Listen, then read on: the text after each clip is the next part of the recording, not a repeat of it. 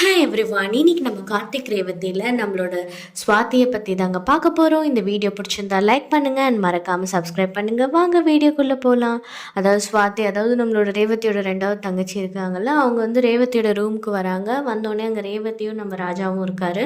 அப்போ வந்து அவங்க சொல்லிகிட்ருக்காங்க, ஒரு பெரிய பாட்டு காம்படிஷன் வருது, அதில் வந்து பார்ட்டிசிபேட் பண்ணணுன்னு எனக்கு ரொம்ப ஆசையாக இருக்குது அப்படின்ற மாதிரி சொல்கிறாங்க. உடனே நம்ம ரேவதியும் சொல்கிறாங்க, அப்படியா, ரொம்ப சூப்பராச்சே, நிறைய பேர் வந்து பாடுறதே பெரிய கெரியராக எடுத்து பயங்கரமாக சக்ஸஸ்ஃபுல்லாக இருக்காங்க, நீ தான் நல்லா பாடுவல்ல, ஏன் நீ இதை உன் கெரியராக மாற்றிக்க கூடாது அப்படின்ற மாதிரி கேட்குறாங்க. அப்போ வந்து பார்த்திங்கன்னா நம்ம ராஜாவும் சொல்கிறாரு, ஆமாம், நீ தான் நல்லா பாடுவல்ல, நீ அதில் கான்சென்ட்ரேட் பண்ணி ப்ராக்டிஸ் பண்ணினா நீ கண்டிப்பாக உனக்கு பிரைட் ஃப்யூச்சர் இருக்குது அப்படின்ற மாதிரி சொல்கிறாரு.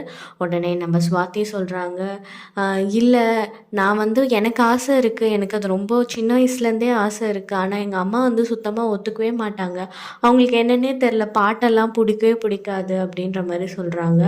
உடனே நம்ம ராஜா சொல்கிறாரு, அதனால் என்ன, உனக்கு பிடிச்சிருக்குல்ல, உனக்கு இதில் வந்து சக்ஸஸ்ஃபுல்லாக ஆகணும்னு ஆசைப்படுறல, அப்போ நீ உனக்கு பிடிச்சது தான் நீ பண்ணணும், அவங்களுக்கு வந்து நம்ம அவங்கள வந்து சொல்லி புரியதான் வைக்கணும், அதனால் நீ இவ்வளோ பெரிய ஆப்பர்ச்சுனிட்டியெல்லாம் மிஸ் பண்ணக்கூடாது அப்படின்ற மாதிரி அவர் சொல்கிறாரு.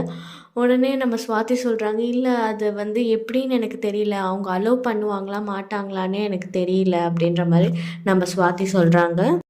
நம்ம ராஜா உடனே சொல்கிறாரு, உனக்கு என்ன, இப்போ உங்கள் அம்மா சம்மதிக்கணும் அவ்வளோதானே, அதை நான் எப்படியாவது சம்மதிக்க வச்சிடுறேன், அவங்க சம்மதிச்சா நீ போவல்ல, அதுதான் ரொம்ப முக்கியம். ஸோ வந்து நீ கவலைப்படாத, நீ நல்லா ப்ராக்டிஸ் பண்ணி எல்லாத்தையும் பண்ணிட்டு நான் எப்படியாவது வந்து உங்கள் அம்மாவை சம்மதிக்க வைக்கிறேன்னொடனே நம்ம ஸ்வாதிக்கு வந்து ரொம்ப சந்தோஷமாயிடுச்சு. தேங்க்யூன்னு சொல்லிட்டு அங்கேருந்து போயிடுறாங்க. ஸோ ஃபஸ்ட்டு வந்து பார்த்திங்கன்னா ஆஃப்டர் ரேவதி மேரேஜ் வந்து அவங்க சிஸ்டர்ஸ்லாம் ரொம்பவே கோவத்தில் இருக்காங்க. எனக்கு தெரிஞ்சு முதல்ல வந்து அந்த ஸ்வாதி ஒரு பக்கம் ரேவதி அவங்க வந்து எல்லாத்தையும் பார்த்து மாறிட்டுருக்காங்க. முதல்ல இப்போ எனக்கு தெரிஞ்சு இந்த அக்கா தங்கச்சிங்களில் வந்து ஸ்வாதி வந்து ஃபஸ்ட்டு சேஞ்ச் ஆவாங்கன்னு நினைக்கிறேன்.